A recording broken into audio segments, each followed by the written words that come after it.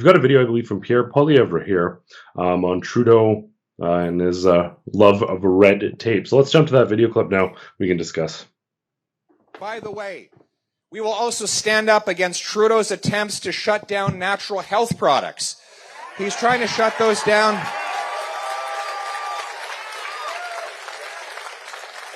This is about nothing more than giving more power, more control to multinational pharmaceutical companies rather than letting Canadians have the freedom and choice to try different kinds of treatments. We need more freedom and choice, not less, in the health decisions that we make.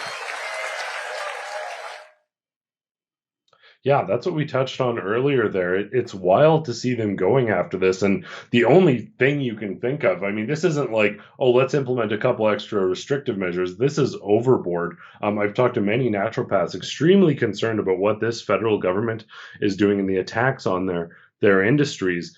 It's wild. And if you look at socialized healthcare in general, countries like Canada provide the least innovation in healthcare. Lots of the treatments that we're implementing are archaic. Like the best analogy I can think of is like a NASA space shuttle. We're effectively using technology from the 70s while other countries are advancing, realizing that there's opportunities and actually developing.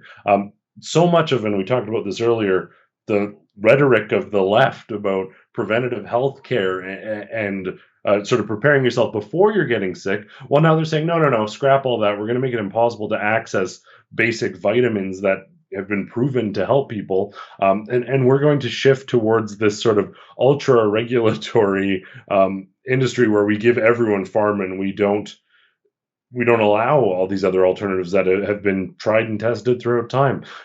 Can you think of any other motivation, Sid, for this like attempt to basically strip down natural, healthy alternatives? I mean, let's. How conspiratorial can we get today? It's difficult, right? I mean, I think about the food supply. I think about the pharmaceutical industry, and obviously they're very tied together. These are the nutrients that allow us to live.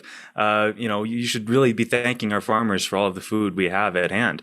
But the problem does come with the narrowing of what we are allowed to consume, the narrowing of the health strategies we're allowed to implement for ourselves.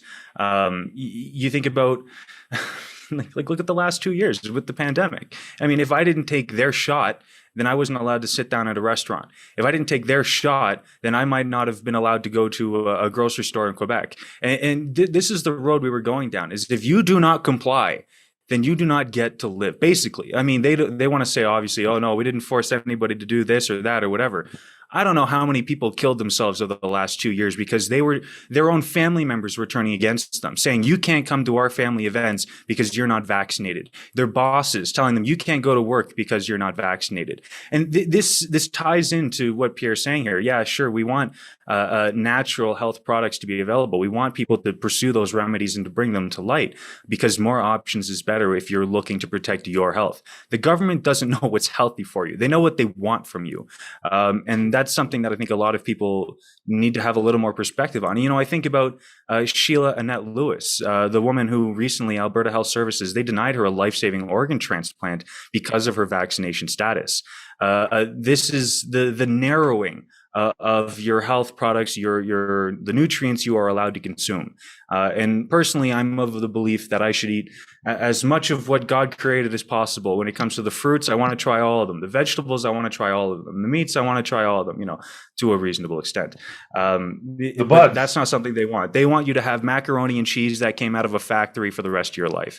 This is not healthy for anybody. Yeah, exactly. Eat the bugs. We'll grind them into a paste and like inject it through your into you. It's absolutely horrendous. And I think, you want to talk about the end game in this. Why are they doing this? Well, why are they boiling milk before we get to drink it? I'd like to know. I'd like to be able to have a raw, natural glass of milk and be more in tune with what our bodies were designed for, which is the natural environment we live in, not the factory made stuff that comes out of a machine that we're told we have to eat on a daily basis. I mean, for those people that are giving their children these, pre-made boxes of, this weird cut of meat, a weird cut of cheese, and a weird cracker. That's your Lunchable. I don't want to accuse Lunchable specifically of as a brand, but you talk about these manufactured meals. What health? What has that done for our health? What is McDonald's, Tim Hortons? What have these massive industries done for our health? They've destroyed it.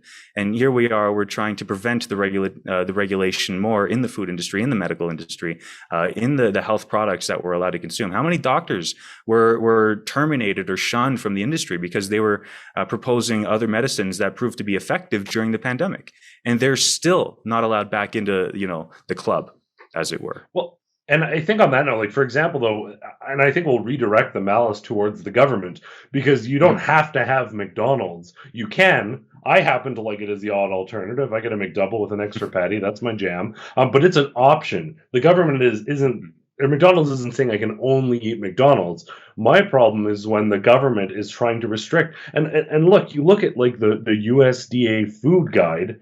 The onset of obesity within our culture stems from the onset of the USDA food pyramid, which in no way mirrors what people have eaten throughout all of human history. It's a complete anomaly, and it was effectively grain farmers who were contributing to this agricultural directive to eat way more grain. And people take that as gospel. They actually think that breakdown of nutrition is what's healthy. And these are the same people who are saying maybe you should take some of these injections or else you can't go to work. And they're now the same people who are targeting some of these health industries. And what's wild is, if you ever had any apprehensions about some of the sort of naturopathic health alternatives, the government trying to take them away from you, particularly Justin Trudeau's government, is probably the strongest endorsement and proof that there's something effective about them that we've ever seen.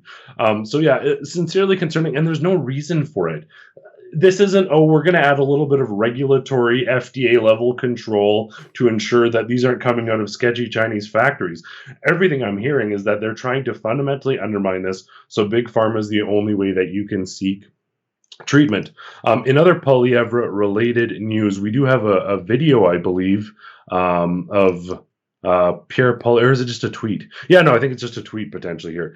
Pierre Pollievre's Conservatives are now popular with union members, immigrants, women, and young people, and this was achieved without flip-flopping to become liberal light. Now, some people might argue about that, but there's no doubt that Justin Trudeau is losing even his base, and it is based on things like health issues.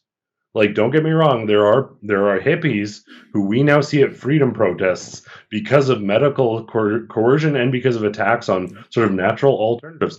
And now, for people who are hard working class people who have gone along with their unions for years and voted socialist or liberal or NDP or whatever it may be, those people, the little raises that they're getting for going along with their unions, they're not offsetting the fact that house costs have doubled, they can't afford their groceries. They're saying enough is enough, and they're flipping the script. Ezra commented on this as well, I believe. I think we've got a tweet from Ezra here. Union members are more likely to vote conservative than non-union members. That's shocking. Their union members are more conservative. They're nearly twice as likely to vote conservative than NDP. The NDP has become the party of woke leftists, a luxury brand dedicated to virtue signaling about global warming and transgenderism. Dead on. Like, there's always been sort of a disconnect in my mind. I don't know if you've noticed too. I mean, you have a background. You and I have both worked hard labor jobs, but there's sort of a mentality that sort of union folks are hardworking, salt of the earth, decent people, but then they were voting for, they seemed conservative, but then they're often voting for sort of leftist parties. Well, there's been a sort of a balancing of the force, and they're coming back home to their roots and their values. They're rejecting what the unions have been telling them, the false promises that those politicians feed to unions, and unions then push on their workers. They're saying, no, I can't afford to pay my bills, and so I'm going to stop voting for this madness. Yeah, no, to say the least. I mean, obviously depends on the union we're talking about, right? There's a lot of good unions, there's a lot of bad unions, and they're, I always err on the side of caution, when I would address them, but especially, considering, and I don't want to beat a dead horse here too much, but over the last 2 years, I mean, did they stick up for their people? You know, Nope. were they defending people's rights as their employers were forcing certain permanent medical procedures? I mean, I say permanent, but perhaps the medicines like the one in the advertisement we just brought up would hopefully change that for those who are looking to find an out, I guess you could say. But it is interesting, this turning on Trudeau and the Liberals by extent, and it's about time. I mean, how many years has it been? And I don't necessarily need to harp on this too much, but Justin Trudeau can't keep his own house in order. What makes you think he can keep a country in order? That's the bottom line. And it's gonna go in Pierre's favor by the time that these chickens come home to roost in the election. I don't see a way for Trudeau to maintain that support. And we were talking about this previously. The Hutterites and the hip hop scene in Toronto were both mad at Trudeau. Every side of the coin here, everybody's getting to the end of the rope with Justin Trudeau. Yeah. So it really is, in my opinion, just a matter of time before he's out. And every day it looks more the case. So. Well, I've got very progressive friends who now, as a sort of, it's become like an idiom or a turn of phrase they use. Anytime something goes wrong, they say, "Thanks, Trudeau." Like, ironically, they're like, "Thanks, Trudeau." Like an engine light can come on and they say, "Thanks, Trudeau." He's gotten to the point where he's like a universal stand-in for things going terribly awry. But even you can be at local businesses. I was filming an interview with Mahmoud Moura yesterday. I'm the organizer of the Muslim-led anti-LGBTQ indoctrination protests here in Calgary. And when I walked by, I had all my camera gear with me, and then I walked past a shop that was in a pretty trendy, progressive-ish area. And I go in, and the lady there goes, I won't say names, but the lady there goes, "Oh, your news?" Then I say I'm with Rebel. She doesn't say anything. I'm like, I'm in a progressive neighborhood, maybe not. Then some other customers leave, and she leans in. She's like, the last prime minister who couldn't keep his family together was his dad. And it's just immediately, like, it doesn't matter where you go. Nobody seems, and I mean, I'm not making light of the guy's personal struggles, but it's just no matter where you go and no matter what the walk of life, people aren't behind him anymore. Speaking of which, and we're going to do one. Literally. Oh, I just want to say he's quite literally an international embarrassment at this point. You've got high politicians from around the world looking at this guy like he's a joke. Why shouldn't we?